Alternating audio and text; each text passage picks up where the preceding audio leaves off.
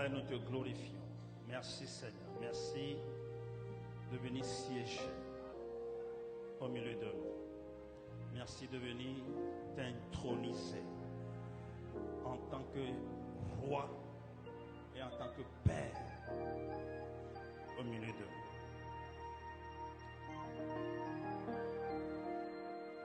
Pour parler à ton peuple, pour instruire ton peuple dans ta sagesse, dans ta connaissance, dans tes voies et moyens,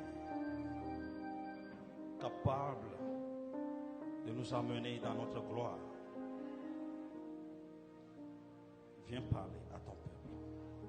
Au nom tout puissant de Jésus. Amen. Alléluia. Alors donc, nous sommes toujours durant tout ce mois de janvier en train de travailler sur le thème de l'année. Amen. Dieu seul sait pourquoi on n'a pas pu délivrer ce message la nuit du 31, parce que j'allais juste courir sur les choses et vous n'allez pas comprendre le fond du message. Alors là, je suis en train de prendre le temps parce que du moment où tu arrives à cerner et à maîtriser ce message pour toute l'année, eh bien, ce message donc constituera le fondement de ta vie spirituelle toute l'année. Amen. Donc nous parlons de ce thème, croître et sois fructueux, grandir et porter des fruits. Donc chacun de nous doit être déterminé cette année à grandir. Dis avec moi, je suis déterminé à grandir.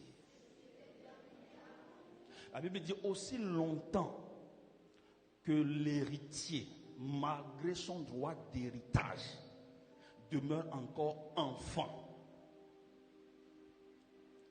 Il ne diffère en rien d'un vieux esclave, un vieil esclave. Aussi longtemps que tu es bébé spirituel, sache qu'il n'y aura aucune différence entre un esclave.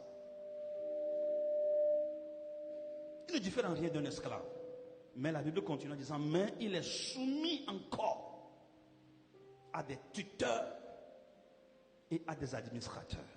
Ces tuteurs et administrateurs sont des puissances démoniaques qui règnent et dominent d'abord sur ta vie en tant qu'individu, ensuite sur ton héritage légal en tant que fils et fille de notre Père Céleste. Il va régner et dominer sur tes possessions. Il va veiller à t'empêcher de rentrer en possession de tes biens. C'est pourquoi tu peux servir Dieu, adorer Dieu et ne pas véritablement jouir de tous les bienfaits qui sont cachés en cela. Amen. Pourtant la Bible dit, vous, petits enfants, vous êtes de Dieu. Vous êtes nés de Dieu et vous avez vaincu le monde. Car celui qui est en vous est plus puissant que celui qui est dans le monde. Mais si le monde continue toujours de régner et de dominer sur toi, eh bien ça veut dire qu'il y a un problème, non pas avec Dieu, mais avec ta foi et ta manière de marcher avec Dieu. C'est pourquoi nous devons parvenir à toute la connaissance de Dieu.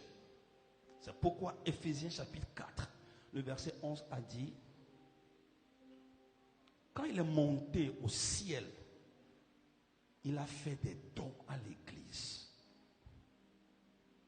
Il a fait des dons. Et quels sont ces dons?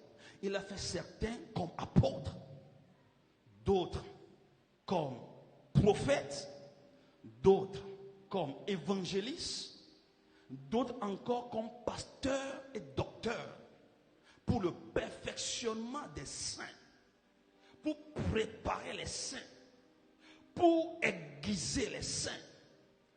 Les Anglais disent to sharpen, aiguiser les saints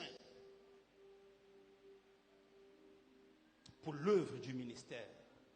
Et le ministère, ce n'est pas seulement l'œuvre que tu fais dans la maison de Dieu, non, parce que tu es disciple dans ton service. Tu es disciple de Jésus dans ton travail. Tu dois refléter la gloire et la manifestation de la puissance de Dieu là où tu travailles.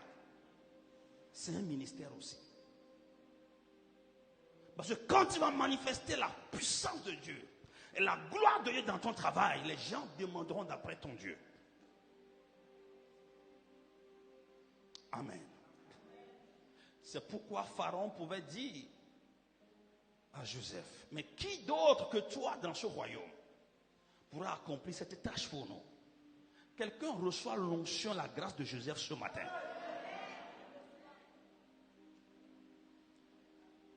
Quand on va chercher parmi les gens autour de toi, qu'on ne trouve que toi et toi seul. Au nom de Jésus. C'est pourquoi il est important d'apprendre. Il est important d'étudier. Donc, nous sommes en train de parler des 7 clés qui pourront nous permettre non seulement de grandir dans le royaume, dans ce monde, mais aussi de porter des fruits. Tu es destiné à porter des fruits dans ta famille. Tu ne peux pas être chrétien et être vu de la même manière par ta famille. Il doit y avoir un changement tangible. Je dis bien tangible, un changement. Quand on le verra, il y a d'autres solutions, d'autres choses que Jésus-Christ qui peut le faire dans ta vie.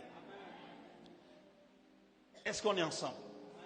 Donc, il est anormal que tel que ma famille me connaissait avant, qu'il continue à me voir de la même manière. Donc, cette année, quelqu'un doit s'offusquer, se mettre en colère contre sa propre vie et parler à ta vie comme tu t'adresses à quelqu'un. Tu dois grandir. Tu dois plus rester au même stade. Que ce soit sur le plan spirituel.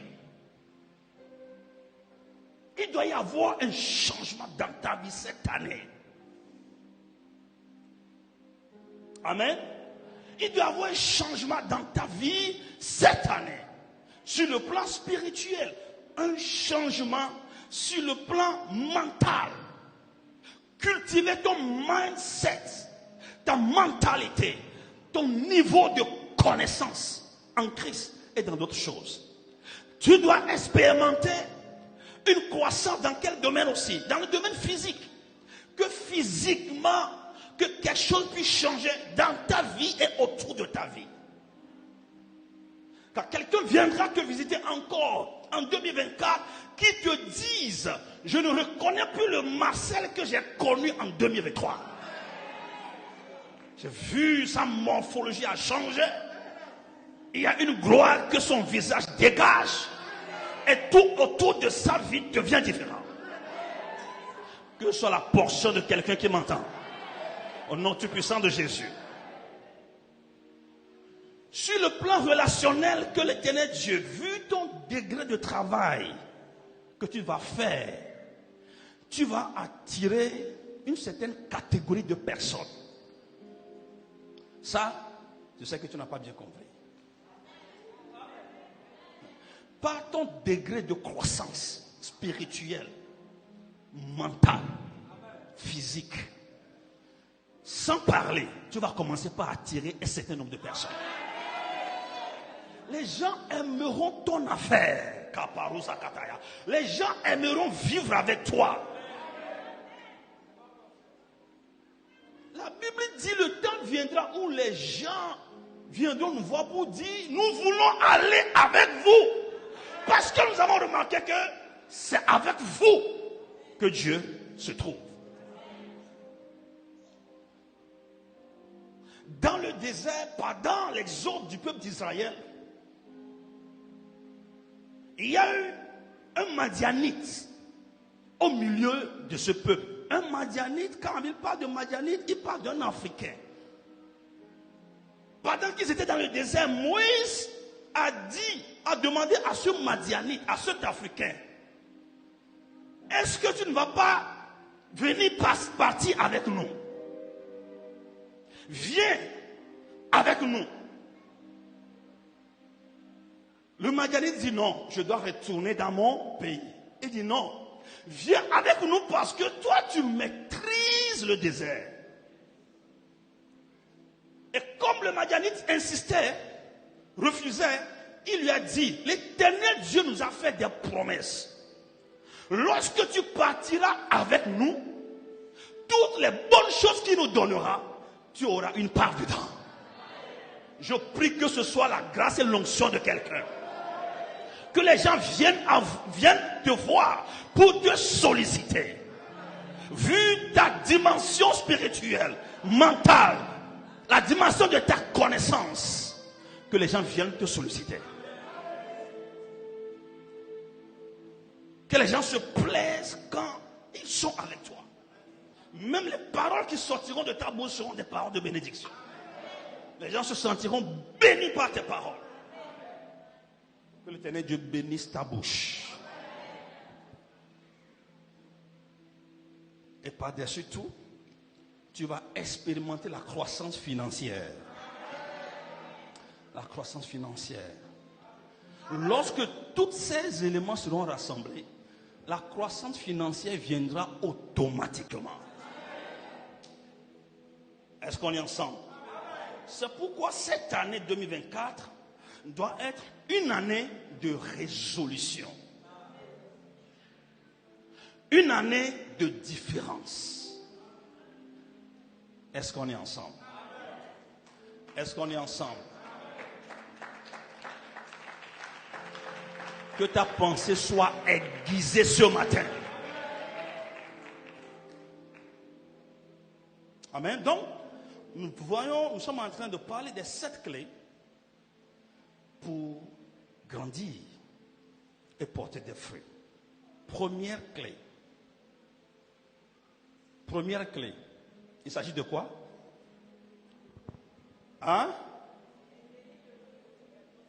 Maintenir le feu continuellement sur l'autel. Qui est en train de maintenir le feu sur son autel? Qui est en train de mettre l'enseignement en application? Donc vous recevez l'enseignement, vous ne pratiquez pas. Donc je viens crier ici gratuitement comme ça. Maintenir le feu continuellement sur l'autel. Lévitique chapitre 6, versets 5 à 6. Le feu doit toujours brûler. Et c'est toi le sacrificateur qui doit toujours attiser le feu sur l'autel. Amen. À travers quoi? À travers ta vie de prière. À travers ta vie de prière. Tu dois avoir une heure précise de prière cette année. La Bible déclare que Pierre et Jean se rendaient dans la maison de Dieu à l'heure de prière. Il y a une heure de prière qu'il faut respecter. Ce n'est pas une tradition, mais c'est une expérience spirituelle. Une décision spirituelle. Tu dois avoir une heure de prière. Est-ce qu'on est d'accord? Tout commence là. Ensuite, ta vie doit être engagée comme sacrifice vivant sur l'autel devant Dieu. Romains chapitre 12, verset 1. Je vous exhorte, frères,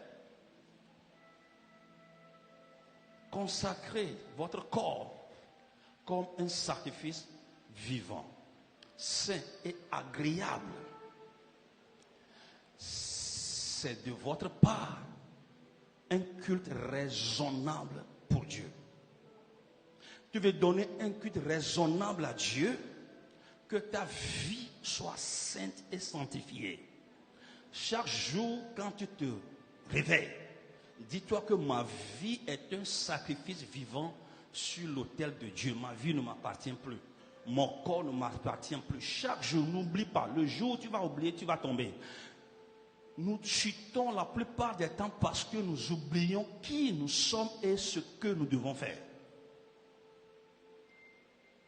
Chaque jour, n'oublie pas, dès que tu te mets à genoux à l'heure de la prière, dis-toi que je suis un sacrifice vivant. Mon corps ne m'appartient plus, ma bouche ne m'appartient plus, mes mains ne m'appartiennent plus, mes pieds ne m'appartiennent plus. Est-ce qu'on est ensemble? La troisième manière de maintenir le feu continuellement sur l'autel, c'est par quoi? C'est par des dons sacrificiels. Par des dons et des offrandes sacrificielles. Psaume chapitre 50, le verset 5. Rassemblez-moi mes fidèles. Pas tout le monde, mais ceux qui ont fait alliance avec moi par le sacrifice. Ceux qui ont fait alliance avec moi par le sacrifice. Ne t'amuse pas avec les dons sacrificiels. Quand tu obéis à cette règle, il va te sembler des fois que tu es en train de perdre tes biens ou ton temps. Mais laisse-moi te dire que c'est juste une question de temps. Tu verras le retour. Celui qui te parle vit de ça. Se nourrit de ça. Si je me mets à te citer les principes fixes de sacrifice, on ne va pas quitter ici aujourd'hui. C'est un principe que nous avons. Mon épouse et moi. Fixe. Et périodique. J'ai dit que ce qui renforce l'autel, c'est la régularité. Il faut le faire régulièrement. Il ne faut même pas oublier un jour. Il faut le faire régulièrement. Il faut le faire comment? La ponctualité. Sois ponctuel. Quand c'est l'heure de prière, va à la prière. Laisse tout ce que tu fais, va prier. À moins que ça soit vraiment un cas de force majeure. Si c'est vraiment compliqué, tu ne peux pas. Ok. Mais tu te rattrapes après. Ce qui est sûr, je ne rate pas ma période de prière chaque jour, chaque nuit. Même si, par la force des choses, je rate 15 minutes, 30 minutes, même des fois 1 heure, la saison ne peut jamais manquer. La période que j'ai affectée pour la prière quotidienne et nocturne là, je ne le rate pas. Hier, j'avais des malaises. J'avais juste envie de dormir. Mais je me suis mis à genoux. Parce qu'il est l'heure. Je me suis mis à genoux. Je parlais avec difficulté. Mais je me suis mis à genoux quand même, je priais. Parce que je ne peux pas rater cette séquence de la journée. Et c'est dans ça que le sommeil m'a pris. Est-ce qu'on est ensemble? Maintiens le feu. Deuxième clé.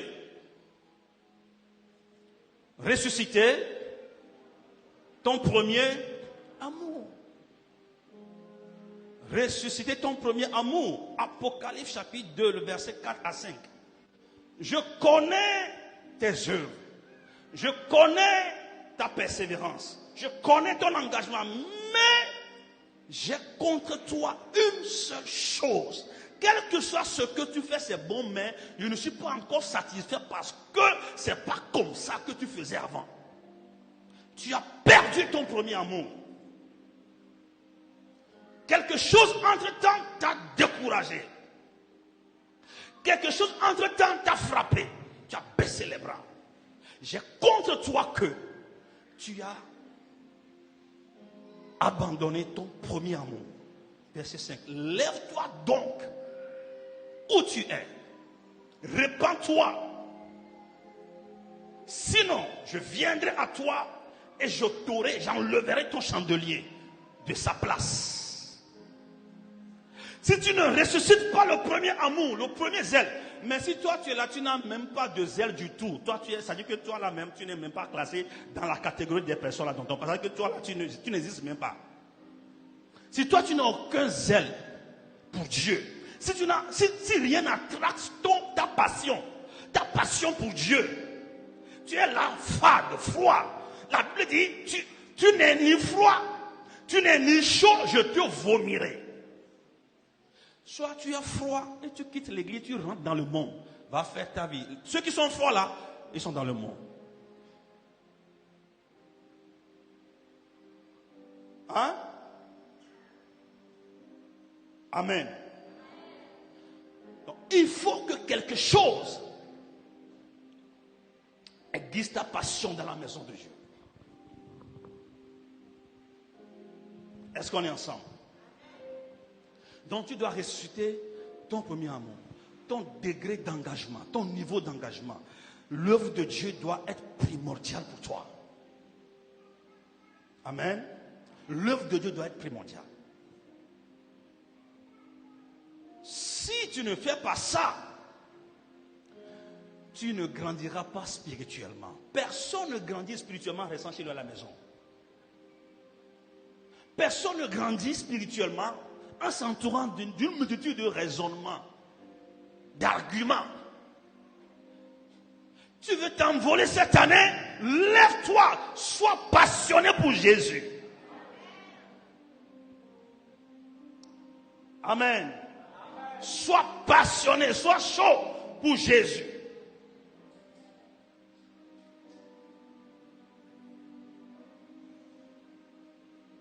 Est-ce qu'on est ensemble?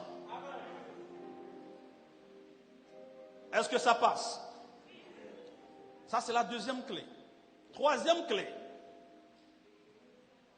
Cette année, je sais que tu aimes les études. Mais cette année, que ça soit différent.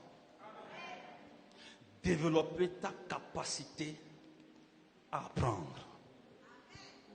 Parce que cette année, il faut la connaissance. Relève le niveau de ta connaissance spirituelle. Tout commence là. Si tu as un grand diplôme universitaire, tu n'as pas une qualification spirituelle et ne sais même pas à quoi tu es utile dans cette vie. Parce que tout ce que tu fais comme un incroyant, c'est pour l'autre côté, c'est pas pour Dieu. C'est pourquoi même tes diplômes doivent prêcher l'évangile. Quand tu vas être en train de bosser dans ta boîte, dans ton travail, quand les gens te voient la manière dont tu travailles, qui te demandent qu'est-ce qui fait la différence entre toi? Nous avons le même diplôme, non? Qu'est-ce qui fait la différence entre toi et nous? Et tu vas leur répondre, c'est Jésus. Dis avec moi, c'est Jésus. Donc cette année, tu dois travailler ta dimension de connaissance. Amen. Osée chapitre combien? 4, 6, c'est ça? Hein? 4, 6. Mon peuple est détruit parce qu'il lui manque quoi? Parce qu'il manque quoi? Les choses simples à savoir et à faire pour que toi et tes enfants, ta maison, vous soyez tranquilles, tu ne connais pas. C'est pourquoi chaque nuit, vous allez faire des cauchemars. Chaque nuit, tes enfants vont sursauter du sommeil. Papa, j'ai vu quelque chose. Non, j'ai vu quelque chose. Parce que tu ne sais pas quoi faire pour éradiquer ces gens de présence dans ta maison. Dis avec moi la connaissance. Mon peuple est détruit parce qu'il lui manque la connaissance. Puisque tu as rejeté mes lois, moi aussi, je rejetterai tes enfants. Pourquoi est-ce que c'est important de marquer le mot enfant ici? J'ai compris, pendant que je repassais ce verset hier, que quand tu mets en pratique les lois du royaume, tu es en train de bâtir un héritage pour tes enfants. Tu es en train de bâtir un héritage pour tes enfants. La Bible dit, les Lévites perçoivent la dîme de leurs propres frères parce que ils ont déjà payé la dîme. Quand? Pendant qu'ils étaient encore dans les reins d'Abraham. Pendant qu'Abraham respectait la loi de la dîme, il le payait déjà au nom de ses enfants. C'est pourquoi aujourd'hui, ces enfants, même sans avoir payé, eux, ils perçoivent. Donc, en respectant les lois et les principes du royaume, tu es en train de bâtir quelque chose qui sera transgénérationnel, au-delà des générations. Si ton père avait connu ça, tu n'allais pas souffrir tout ce que tu souffres aujourd'hui. Non. Moi, mes enfants ne vont plus souffrir la même chose. Amen. Si ton père connaît ces choses et sait pratiquer ces choses, eh bien, il y aura une certaine manière différente de voir les choses. Ta vie serait différente. Amen. Ta vie sera différente. Quand je vois mes enfants faire certaines choses, à leur âge, sur le plan spirituel, je me rappelle seulement de ce que nous faisions quand ils sont enceintes, quand leur maman était enceinte. Je ne suis pas surpris. Ce que personne n'a fait quand moi j'étais dans leur ventre. Personne ne connaissait ces choses. Mais quand eux étaient dans le ventre de leur maman, il y a des choses que nous faisions. Vous voulez connaître ces choses? Toi, tu n'es même pas encore prêt pour te marier. Dieu dit maintenant même. Amen. Amen. Je vais juste vous dire une seule chose. Leur maman lisait, surtout pour Desmond. Caris n'a pas eu les mêmes grâces. Surtout pour Desmond, chaque jour, leur maman lui lisait la parole pendant qu'elle était enceinte. Et pendant qu'elle lit la parole, il bouge au-dedans d'elle. Et ouvrait la Bible, la posait sur le gros ventre. Parce que les enfants dedans, ils écoutent. Ils comprennent les choses. Si ton père t'avait fait ça, si ta mère t'avait fait ça, chaque nuit, puisque sa grossesse était très combattue, des fois, j'étais abattu par le sommeil. Mais quand elle sursaute, j'étais obligé de me réveiller et de lui imposer la main, de mettre la main sur le ventre, prier. Pendant qu'elle dormait, moi je prie. Moi je priais. Prier.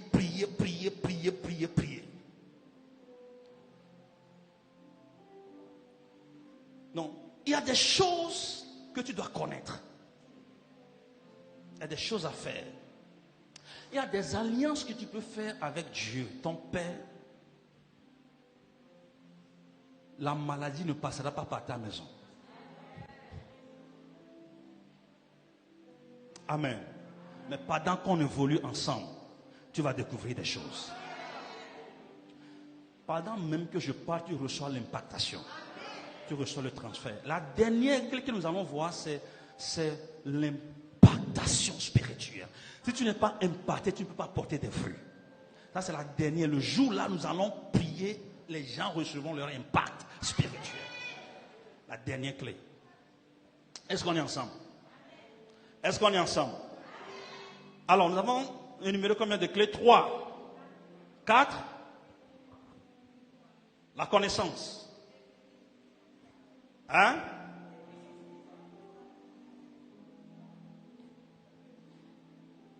Donc, développer ta capacité à apprendre. Ok? Que ce livre de la loi ne s'éloigne point de ta bouche. Médite le jour et nuit. J'ai dit aussi d'étudier, de pratiquer les lois et les principes du royaume. J'ai également énoncé quoi? De continuer à étudier et à apprendre dans le domaine où tu veux porter du fruit. Si tu veux porter du fruit dans le ministère, tu dois apprendre concernant le ministère. Apprends à travers les livres, va auprès de ceux qui réussissent dans le ministère, apprends auprès d'eux. Amen. Alors, le quatrième point que nous avions annoncé la dernière fois avant de partir, c'est quoi? Définir une vision pour 2024. Définir une vision. Tu veux grandir, ok, tu veux réussir, ok, mais comment? Comment? Définis-toi quelque chose. Quelle dimension veux-tu amener ta vie spirituelle avant la fin de 2024? Quelle dimension? Quelle dimension veux-tu amener tes finances avant la fin de 2024? Si tu te définis qu'en 2024, 31 décembre 2024, je dois avoir tel montant sur mon compte bancaire, eh bien c'est ça qui t'amènera à savoir combien tu dois épargner par mois. Vrai ou faux? Ou bien ça ne nous concerne pas, nous sommes trop spirituels. Mais si tu ne sais pas, tu es là, tu prends l'argent, tu bouffes, tu prends l'argent, tu bouffes, tu prends l'argent, tu bouffes. Tu viens ici 31 nuits, tu vas pleurer que Dieu ne t'a pas béni. Mais raconte seulement les bienfaits de Dieu tout au long de l'année, tu te rendras compte que Dieu t'a tellement béni. Mais tu n'as pas su gérer. Donc définis-toi un objectif ou des objectifs dans tous ces domaines-là, spirituels, physiques, mental, financier, comment? Relationnel. Amen. Amen. Et nous avions dit 5, pratiquer la dynamique de la foi. Pratiquer la dynamique de la foi.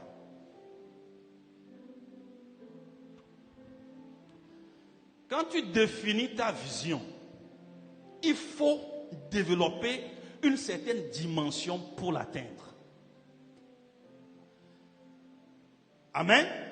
La prière simple ne suffit pas parce qu'il y a trop de prieurs incrédules. Trop de gens prient, mais dans l'incrédulité. Eux-mêmes, les paroles qu'ils prient là, ils ne croient même pas à ça. Comment ça va s'accomplir? Amen. C'est pourquoi une certaine foi de folie doit accompagner cette vision. Quand tu énonces ta vision, les gens vont rire, vont se moquer de toi. Comment toi tu peux réaliser ça? Mais continue de croire en cela. Amen.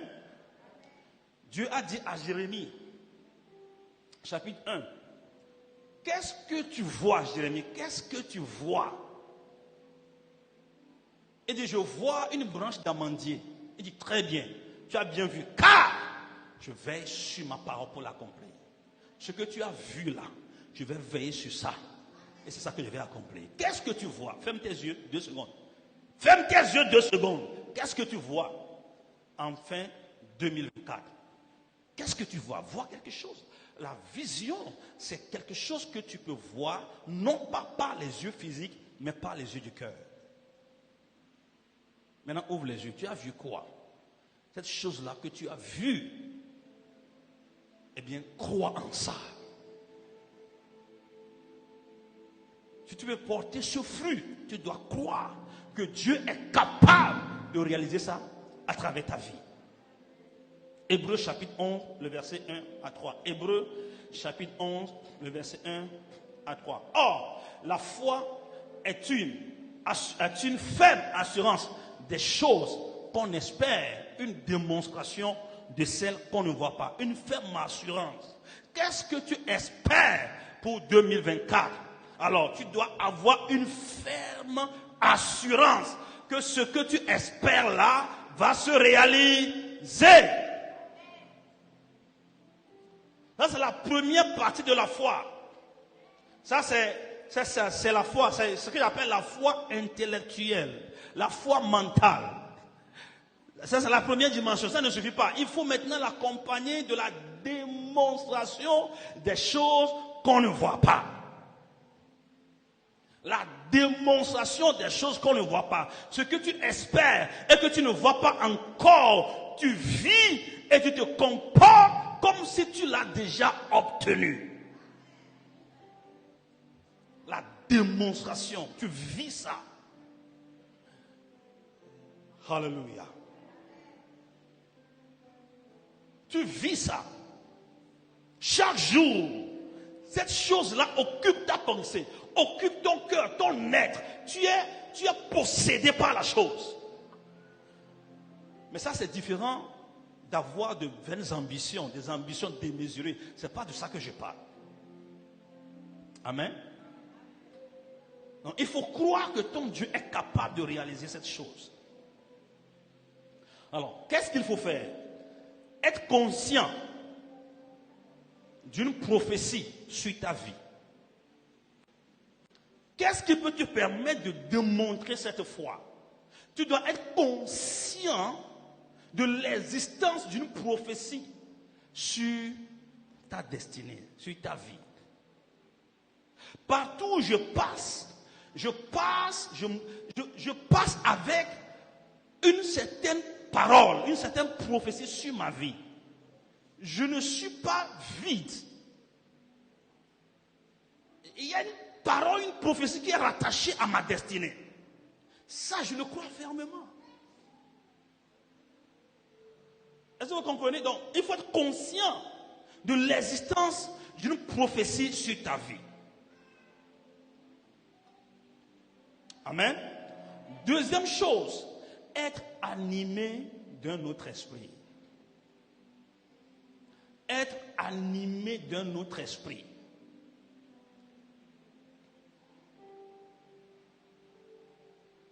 Amen.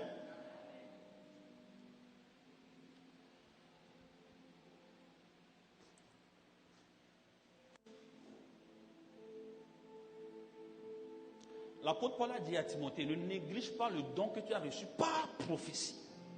Par prophétie. Il y a une prophétie sur ta destinée. Toute la Bible est remplie de prophéties.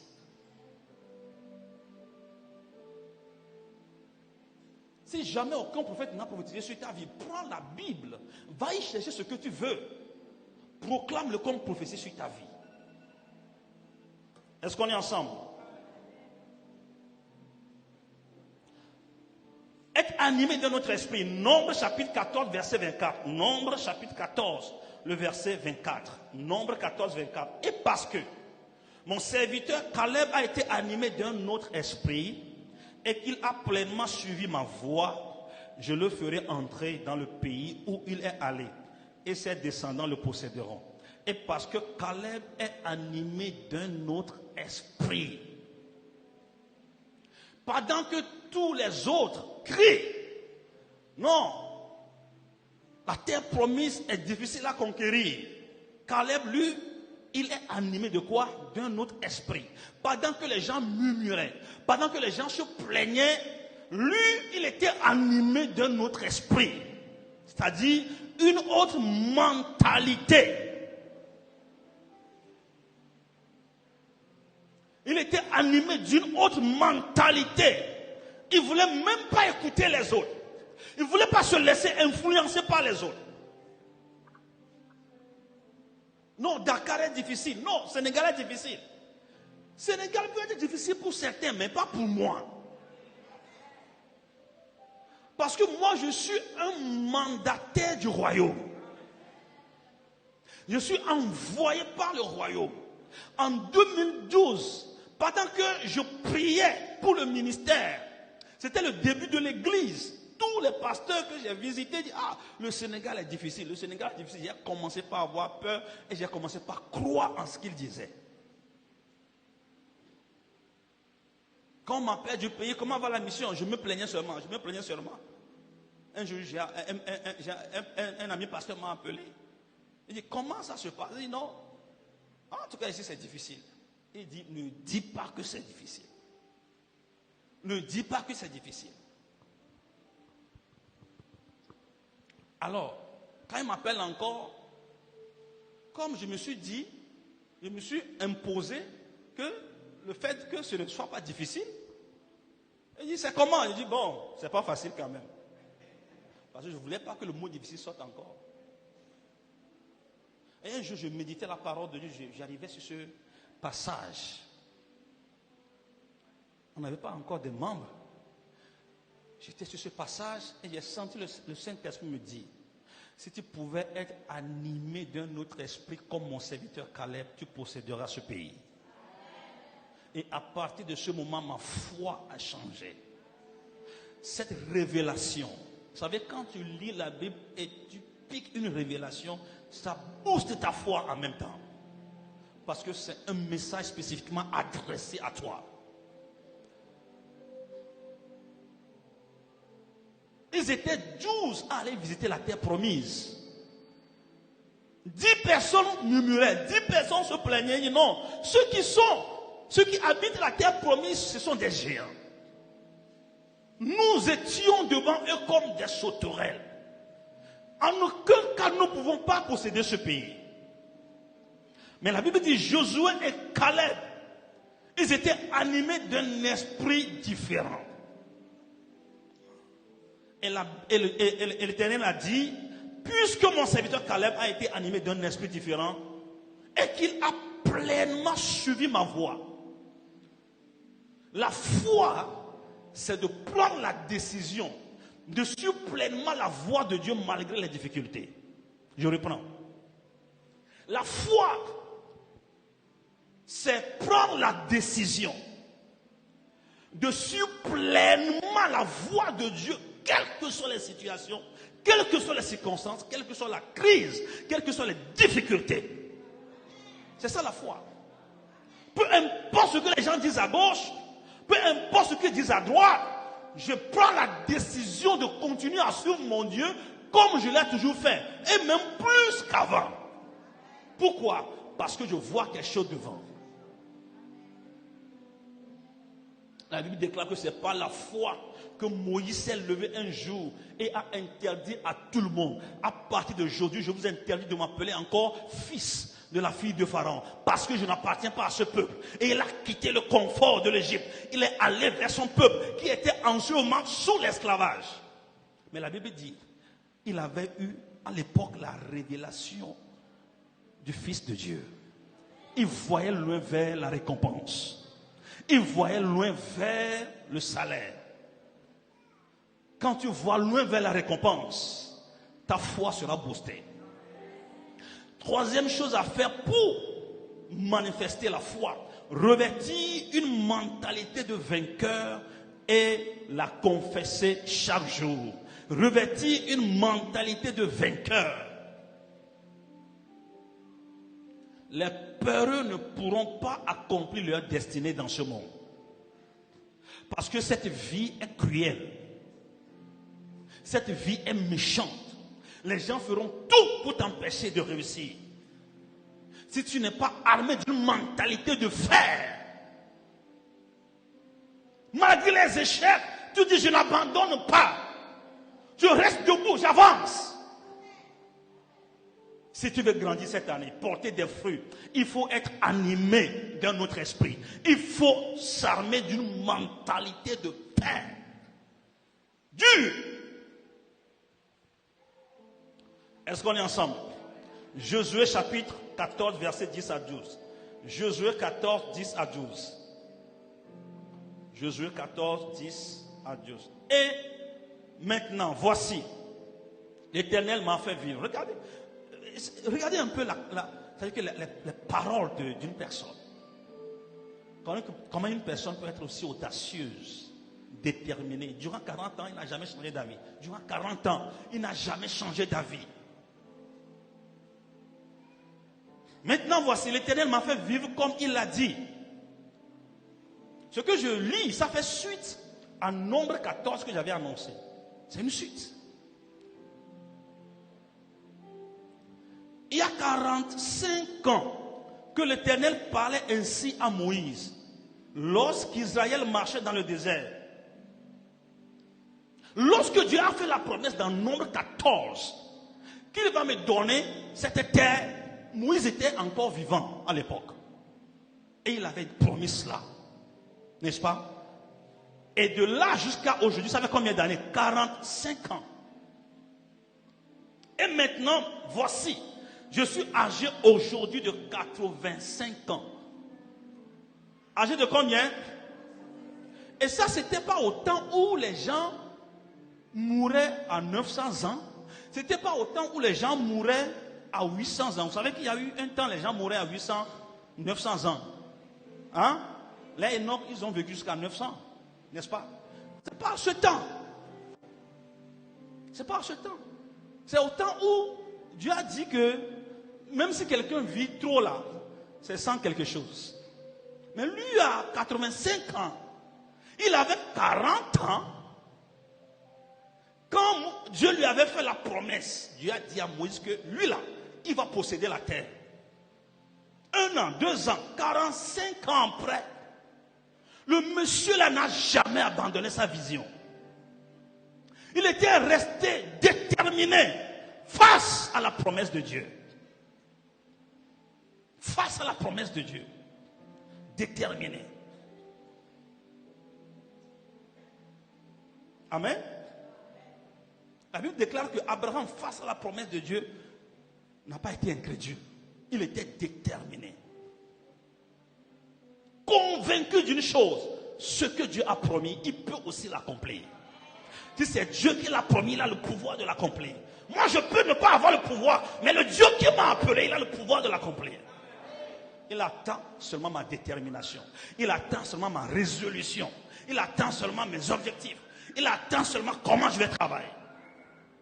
Voici 45 ans que Dieu a fait la promesse. Aujourd'hui, je suis âgé aujourd'hui de 85 ans. Je suis encore comment? Vigoureux. Comme au jour où Moïse m'envoya. Quel langage?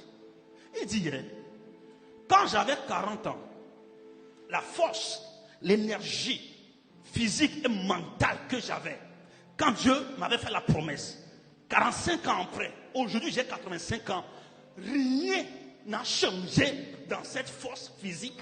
Rien n'a changé dans cette force mentale. Je suis resté égal à moi-même après 45 ans.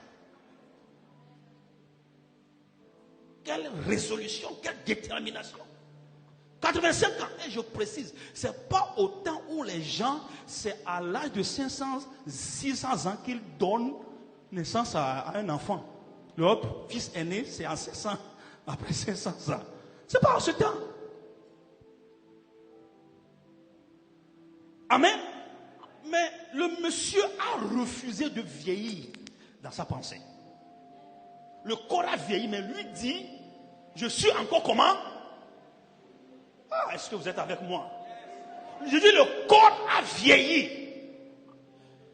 La preuve en est que même Abraham, à l'âge de 90 ans, la Bible dit quoi? Le corps a comment? Déjà vieilli. Or, celui-ci, c'est des générations, après Abraham. Donc, ce que je vous dis là, c'est vrai. À 85 ans, le corps a vieilli, mais le gars dit, j'ai un héritage à conquérir. J'ai quelque chose à conquérir, à laisser pour mes enfants. Donc, quand tu me vois là comme ça, en ce moment, Moïse est mort. Il est venu donc devant le remplaçant de Moïse, Josué. Toi, tu étais témoin. La meilleure, la personne qui le plus témoigner de ce que je dis, c'est toi. Parce que, à l'époque, les 10 personnes, ils ont démissionné. Il restait seulement toi et moi. Donc, voilà 45 ans après, à l'âge de 85 ans, je suis encore vigoureux. Je dis, si tu ne confesses pas que, tant que je ne finis pas d'accomplir ma destinée, je ne mourrai jamais. Ça veut dire que ça, il faut que le diable l'écoute très bien. Moi qui vois, il ne mangera pas ma chair. Vous comprenez? Même si je fais des erreurs, je ne mourrai pas. Il peut tourner, retourner autour de moi, il ne verra pas ma chair. Comme le dit un de mes mentors, je ne suis pas mourable. Et dit, s'il n'y a pas ce mot, il faut compléter le dictionnaire. Je ne suis pas... Je ne suis pas quelqu'un qui meurt.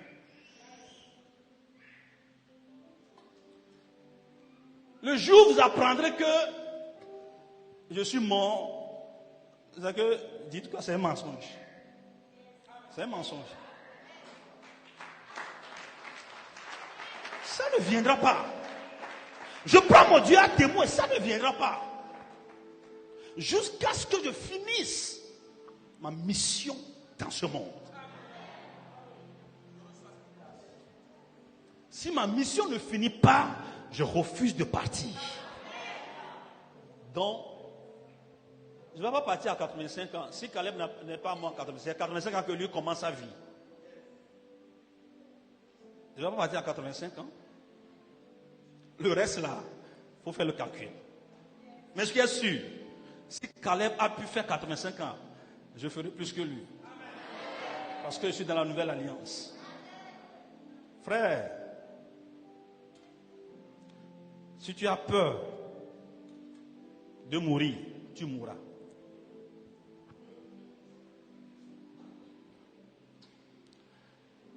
Quand je dis ça, ça ne veut pas dire que j'ai peur de la mort, non. Je n'ai pas peur de la mort. Seulement la mort ne viendra pas. C'est ça le problème. Je ne vais pas dire, oh si Dieu veut que je meure tôt, je mourrai. Jamais. Dieu n'a jamais voulu ça. Ah bon, tu peux croire. Tu peux dire non, Jésus est mort à 33 ans, ok. Mais moi, je ne vais pas mourir. D'ailleurs, j'ai déjà dépassé Jésus. Vous voulez connaître mon âge? Hein? Le 23 février, là, ce sera 48 ans. Je suis vieux ou bien jeune? Je suis encore vigoureux. Je suis encore vigoureux. Que le diable l'entende, je suis encore vigoureux. Je continuerai à représenter un danger public dans son royaume. Je continuerai à arracher les destinées de ses griffes et à les transformer de gloire en gloire.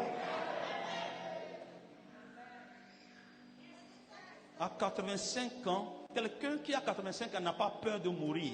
Regardez cette déclaration. Si tu disais ça et puis demain tu mourras, demain tu mourrais. À 85 ans, tu dis ça, si demain tu mourrais, les gens vont dire quoi? Donc quand je parle comme ça, les gens disent, ah, maintenant si après tu meurs, c'est ton problème. Qui t'a dit que je vais mourir? Le Dieu devant qui je parle est vivant. Ah, un homme de 85 ans n'a pas dit que la volonté de Dieu soit faite. S'il veut que je meure demain, je meurs demain.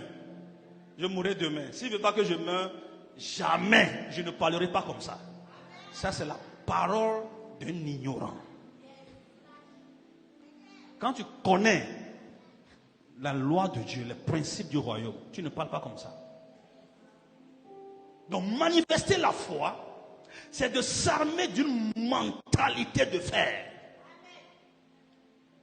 D'une mentalité de vainqueur et la confesser quotidiennement. Je dis quoi? Quotidiennement. Chaque parole qu'un homme spirituel lâche est une chose réelle dans l'atmosphère spirituelle. Réelle. Est-ce que vous êtes convaincu que le monde spirituel existe? La Bible dit, c'est pas la foi que nous croyons que ce monde que nous voyons est créé, est sorti par la parole. Dieu a parlé et nous l'avons vu. Quand nous étions dans mon bureau là-bas, Waka, en train de parler, nous allons bâtir un temple ici. C'était des paroles, n'est-ce pas? Nous avons parlé d'abord, n'est-ce pas? Aujourd'hui, nous voyons la chose se réaliser. Parle, il ne faut pas avoir peur. Libère des paroles dans l'atmosphère. Vous savez qu'il y a des démons que nous traînons avec nous? Est-ce que vous savez qu'il y a des esprits que nous traînons avec nous? Partout, ils nous suivent. Est-ce que vous le savez? Parle, qu'ils l'entendent. Est-ce que vous comprenez? Je donne souvent ce témoignage. Je priais pour ma petite soeur. Même mère un jour, c'était avec le diacre. À Lomé. L'esprit qui se manifestait disait, est-ce que toi tu sais d'où est-ce que tes arrière-parents sont allés me chercher? Ils étaient venus me prendre. On a traversé monts et vallées, forêts, fleuves, jusqu'à m'amener ici. Maintenant vous m'avez tous quitté. Elle est la seule qui reste. Et tu viens encore me chasser. Tu veux que j'aille où? Il dit, et continue en disant, le diacre est témoin si je mens. Il dit,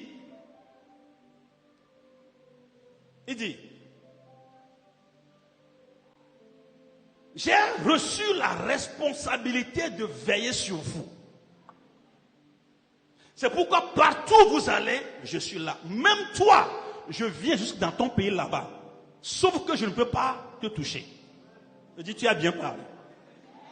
Au moins pour une fois, je suis d'accord avec un démon. Il ne peut pas me toucher. Comment? Ni moi, ni ma femme, ni mes enfants. Je dis souvent à ma femme, si tu meurs, c'est que Dieu ne m'a pas appelé.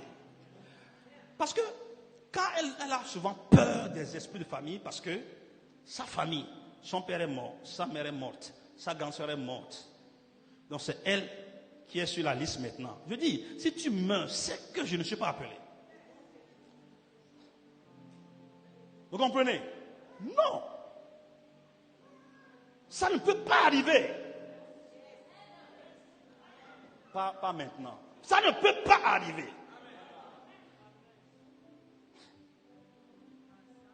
Est-ce que vous comprenez? C'est pourquoi quand la nuit les choses se passent, je combats comme un fou. Je prie comme un fou. Et la tempête passe. Si elle tombe, ce sera le prochain qui suit. Si ma femme tombe, si elle meurt, suivant. Mais comme elle ne mourra pas, sa famille aussi se tiendra debout. Sa famille sera debout. La même petite soeur pour qui on priait, elle a dit, le diable peut oublier, mais moi je ne peux jamais oublier ces choses. Elle a dit, cette famille dans laquelle tu allais te marier, on a tout fait pour t'empêcher. Parce que c'était un esprit de serpent. Eux aussi, ils avaient un esprit de... Parce qu'ensemble, on s'est dit, si cet homme rentre dans cette famille, c'est fini. Elle va sauver la famille. Tu te rappelles? Clairement. Ma petite soeur ne connaît rien de la famille, de ma belle famille. Rien. Mais quand ces paroles sortent de ta bouche, de sa bouche, j'ai cru. On a tout fait pour t'empêcher de rentrer dans cette famille parce que on s'est parlé. On s'est parlé, on s'est dit, si tu rentres dans cette famille, c'est que notre mission a échoué. Mais tu as tout fait pour rentrer dedans. Comment voir une très belle femme comme ça et puis ne pas... Comment? Vous voyez jusqu'où le diable va? Vous voyez jusqu'où le diable va pour combattre ta vie, ton mariage, ta destinée, toute une famille, tout. De l'autre côté, tu vois là où ta destinée peut sauver d'autres destinées si tu marches droitement, parfaitement devant Dieu. Quand je me rappelle de ces choses, je ne peux que vivre une vie pieuse devant Dieu. Parce que autant de destinées rattachées à ma destinée. Dès que ma destinée tombe, toutes ces destinées-là vont tomber. Donc j'ai une dette vis-à-vis de ma belle famille, une dette vis-à-vis de vous, une dette vis-à-vis de tous ceux qui sont connectés à moi. Une dette. Je dois tout faire pour défendre ça. Est-ce que vous comprenez? L'Esprit a dit ça. Donc, quand je parle comme ça, c'est parce que j'ai mis pied sur quelque chose. Des fois, quand le diable confesse, ça renforce ma foi. Je suis encore content. Ah, s'il a dit que ils ont tout fait pour m'empêcher, pour me détruire. Parce que quand je rentre là-bas, donc je suis encore plus fort. Ah, donc ce que je fais là, c'est bon. Il faut continuer seulement. Est-ce qu'on est ensemble? Reçois cette grâce. Reçois cette grâce.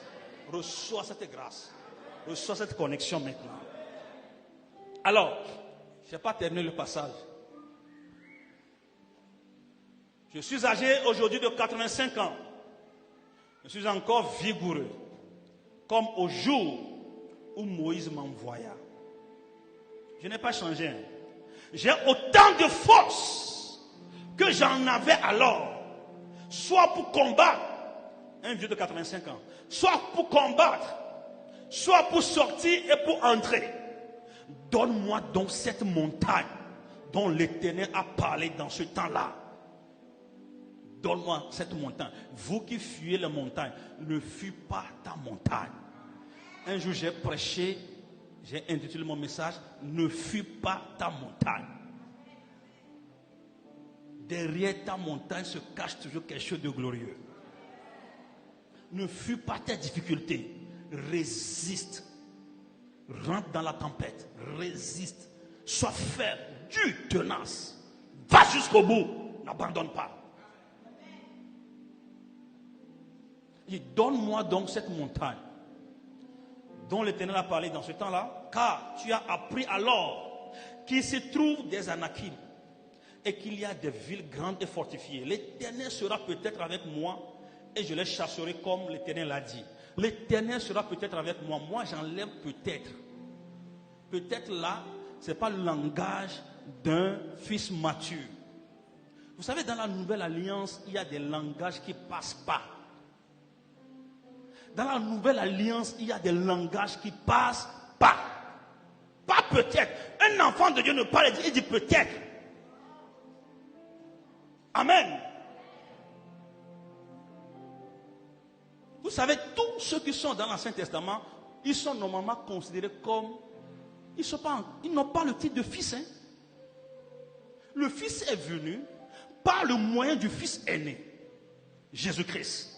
Parce que la Bible dit que Dieu a mis en nous l'esprit de son fils, qui fait de nous des fils.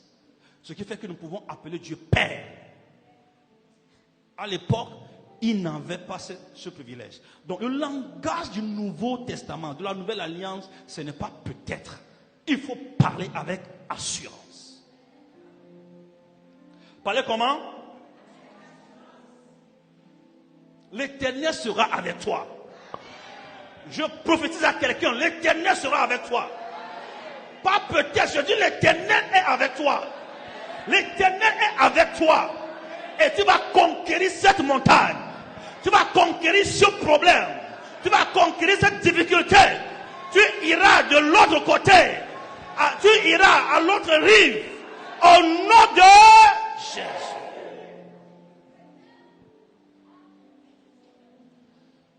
Est-ce qu'on est ensemble? Je suis encore vigoureux. Dis avec moi, je suis encore...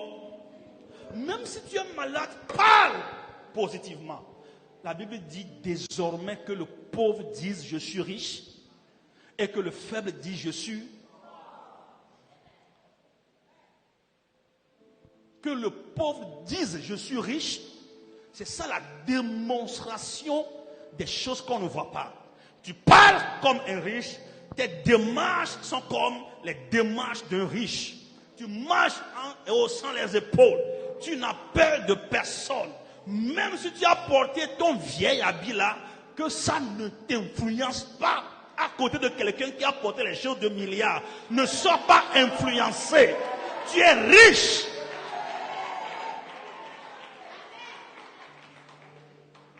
Amen. Tu es riche. Même si tu es faible, sois fort. Amen. Si on me disait que j'allais me tenir devant vous pour prêcher ce matin, je n'allais pas croire.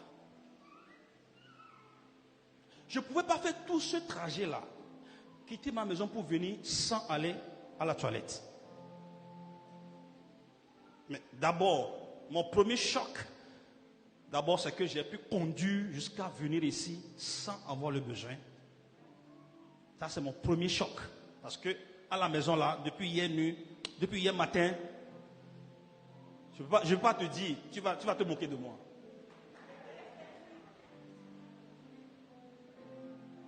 Et depuis que je suis venu jusqu'à maintenant, je suis allé une seule fois.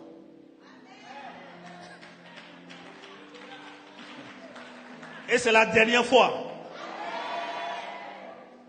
Tout au long, je parlais en langue. Tout au long de la route, je parlais en langue.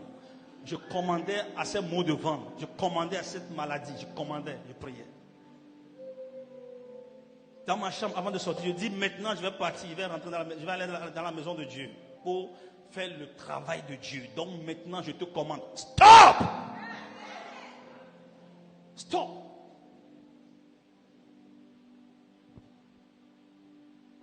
Quel genre de langage sort de ta bouche? Quel genre de parole sort de ta bouche? La vie et la mort sont au pouvoir de la langue. Parle la vie. Parle la santé. Parle l'abondance. Parle la richesse. C'est pourquoi la prière est importante. Quand nous prions, nous parlons. Et je dis, les paroles qui sortent de la bouche d'un homme spirituel sont des choses réelles, placées dans l'atmosphère spirituelle. Ne néglige pas le don que tu as reçu par l'imposition, par prophétie, par l'imposition des mains. Donc, une prophétie, une parole a été libérée. Ne le néglige pas, parce que partout où tu vas, la parole t'accompagne. La parole est placée dans l'atmosphère spirituelle.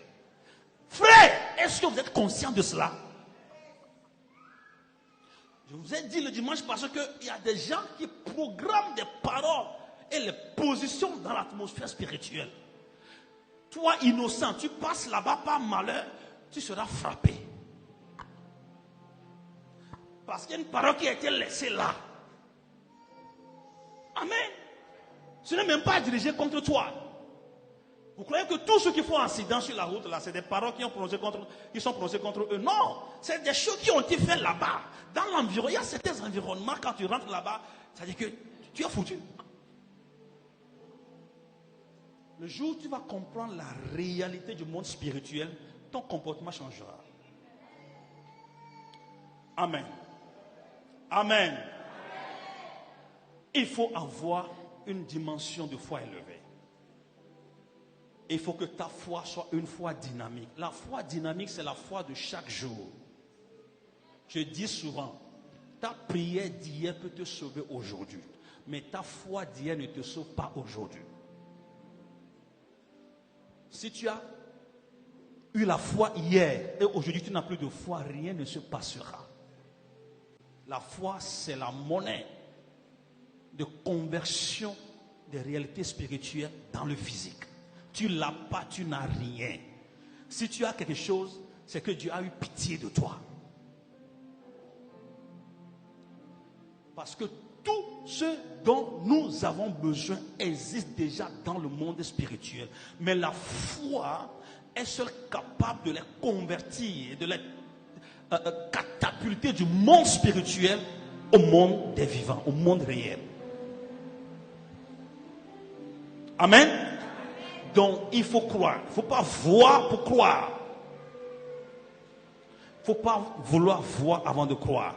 Des fois même, ce sera comme rien n'est plus possible. C'est fini.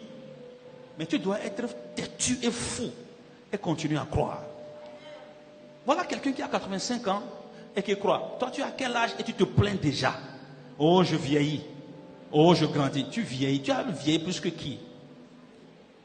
Tu as vieilli plus que qui? Pour être désespéré. Amen. Chaque fois quand tu dis ces genres de choses, ça détruit ce que tu as bâti jusque-là. La foi, c'est comme les maçons qui construisent une maison. Ils viennent aujourd'hui, ils posent une brique par leur prière. Ils viennent demain, ils posent une autre brique par leur prière. Après-demain, ils posent. Ok? Le jour où ils vont perdre la foi, tout ce mur que tu as monté par ta prière, le jour où tu vas perdre ta foi, ce mur va s'écrouler. Parce que quoi, tu es découragé, tu es dépassé, tu es tout ça là, tu te plains, tout. Maintenant, quand un message va te réveiller encore, tu vas sursauter. Ah, je dois croire. Tu vas commencer encore par la fondation. C'est ça qui fait que les années passent, tu n'as pas la solution à tes problèmes. Tu dis, je prie, mais je n'obtiens rien. Est-ce que tu as maintenu la dimension de foi? Au lieu que ça monte comme ça, chez toi, ça descend comme ça. Et chaque fois tu reprends à zéro. Chaque fois tu reprends à zéro. Chaque fois tu reprends à zéro. Tu pries beaucoup, mais tu crois peu. Et le manque de prière renverse ce que tu as bâti jusque-là. Mais ce matin, je prie que le Saint-Esprit booste ta foi.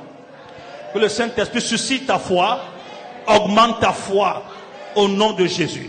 Quel que soit le nombre d'années, quel que soit l'âge que tu as, je déclare que c'est toujours possible. Je déclare que tu auras ta montagne, tu auras ta ville, tu auras ta conquête, ta vision sera accomplie. Dieu va le réaliser dans ta vie. Je le déclare sur toi maintenant. Reçois ce transfert de foi. Reçois cette dimension de foi. Au nom tout puissant de Jésus. Au nom de Jésus, je prie que ta pensée, ta mentalité soit rehaussée maintenant. Soit boostée maintenant. Au nom tout